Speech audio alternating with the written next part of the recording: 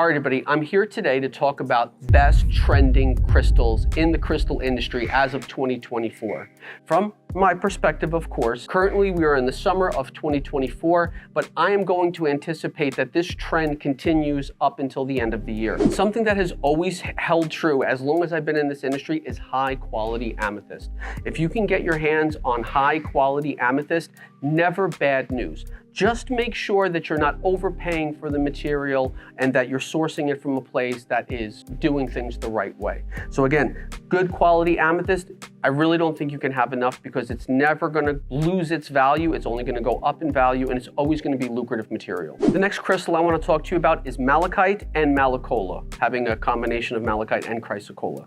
These items are coming out of the Congo and are extremely difficult to extract at this point. Primarily, everything that's going on in the Congo right now is really, really bad news. And so whatever material that I have is material that I've had for a long time and was sourced by really good people. Unfortunately for me, I've experienced the bad side of the Congo where I've had shipments stolen, people were robbed, people are getting murdered over this stuff nowadays. So if you find someone like myself who you know and you trust and has good quality malachite and chrysocolla that doesn't have blood on it, I highly recommend you get as much of it as you possibly can. Everything coming out of the Congo right now is extremely shady and extremely difficult, so very lucrative material to have. Another item I'd like to talk about is pyrite, but pyrite from Peru that is actually A-grade material, meaning high quality pyrite. High quality pyrite is skyrocketing in its cost because the quantity that's coming out of the mines is much, much lower than it was going back to 2019. And so what makes something valuable is its rarity and also what someone's willing to pay for it. But I have noticed the price of high quality pyrite double over the last 4 years. And so getting your hands on good quality pyrite at a reasonable price is something that I extremely recommend we do. Next thing we gotta talk about is your good quality Labradorite, which is coming out of Madagascar. Most of the time what we're gonna see on the market is what you would call B to C grade Labradorite, meaning that the flash, the chatoyancy or labradorescence of the Labradorite is going to be not occupying the full space of the piece. So if you can see here, this whole thing has about 95% chatoyancy, meaning that the flash covers almost the whole surface. This is really what's going to determine what's A grade versus B grade versus C grade, is how much labradorescence is actually shown on the face of the material. This is a very difficult thing to do because in the cutting and polishing process, you need to make sure that you're cutting along the right grain and polishing with the grain. Not an easy thing to do. That's why typically you'll see A-grade Labradorite being significantly more expensive than your B or your C grade.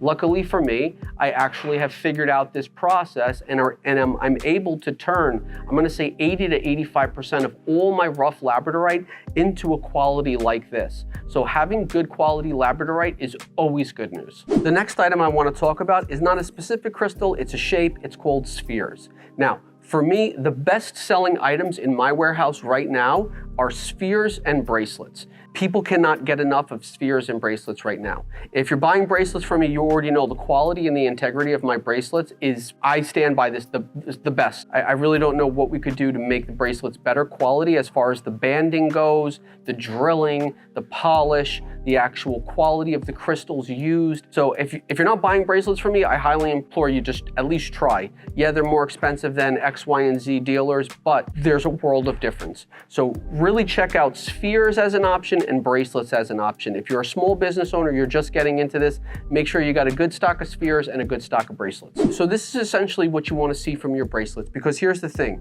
snagging bracelets is a real thing. And the banding that you're using, again, I can't give away the secret to my banding. If you can do that with your bracelet, then the bracelet is good. The integrity is good. Actually, the most expensive and the most difficult part is the banding. So make sure that you're able to do that with your bracelet. If you're doing that to your bracelet and it's snapping, you know that there's a lot of corners being cut. And I also want to iterate and show you how hard I'm actually pulling on these to the degree that it's going to actually indent my thumb. So I'm not sparing my pull. Now I know we love to get creative with our energy properties and associating them with stones. Unfortunately for me, and this always has been true, if it's not something you personally have experienced and know as a fact, a spiritual and energetic fact for yourself, if it's something you just read out of a book and are repeating it to a client, this is a bad sales tactic. And so I implore you to Figure this stuff out yourself. And again, if it holds true to you and you're sure about it on your level, okay, let's talk about energy properties. With that being said, one of the things that I think is extremely advantageous right now is kits and combining crystals together to give a certain type of vibe or a certain type of feeling to the consumer. And so I implore you to come up with really creative and new ways to make these kits and combining certain crystals together that actually hold meaning, that the new person getting into crystals or someone who has no experience with crystals has an easy time digesting. They get 5 or 6 different crystals in one shot. It's a great starter kit, and it allows somebody to actually begin their journey and their process, and that is due to you. The last thing I want to talk about is Smokey Quartz. The reason we're talking about Smokey Quartz right now is twofold.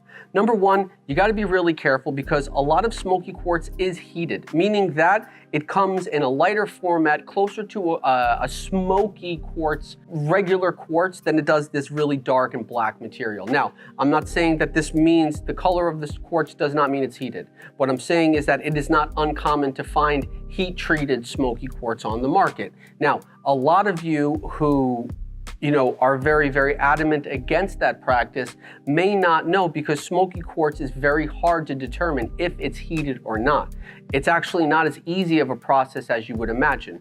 But I have seen a large uptick in the sale of Smokey Quartz. And so I implore you to really try to get your hands on Smokey Quartz, especially good quality Smokey Quartz. If you're anti-heat treatment, it's okay. If you don't mind it being heated, that's also okay. As long as you disclose that to your client and you let people know what the reality of things are. Don't get me wrong, mistakes happen. Even I make mistakes on my end, but I know my Smokey Quartz, where it came from, what percentage is irradiated, how to identify irradiated versus not. And I know that you're going to want me to make content around that, but at the same time, it's really, really important because it's something that comes with experience. It's not something that I can necessarily teach you through video. It's from experience, years and years and years of experience. But I highly recommend that you think about stocking up on Smokey Quartz. For whatever reason, it's trending right now, and I believe that trend will run and hold strong at least until the first quarter of 2025. And since we're here, and I just want to show you the contrast, this is natural. This is not heated Smokey Quartz. This is heated Smokey Quartz. Both are Smokey Quartz, it's just that this went through a heat process to make it darker. Thank you everybody for tuning in. Thank you for listening. I hope you learned something. I hope this helped you. See you next time.